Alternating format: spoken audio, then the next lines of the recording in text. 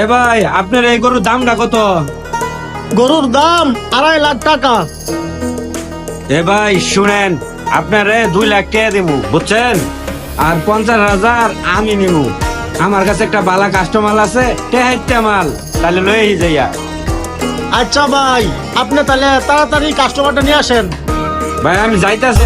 তুমি করো একটু মেহেরবানি, কবুল করো আমার কুরবানি, কবুল করো আমার কুরবানি। এ ভাই এই যে কাস্টমার লইছি, নামেন। কাস্টমার লয়ে শুন।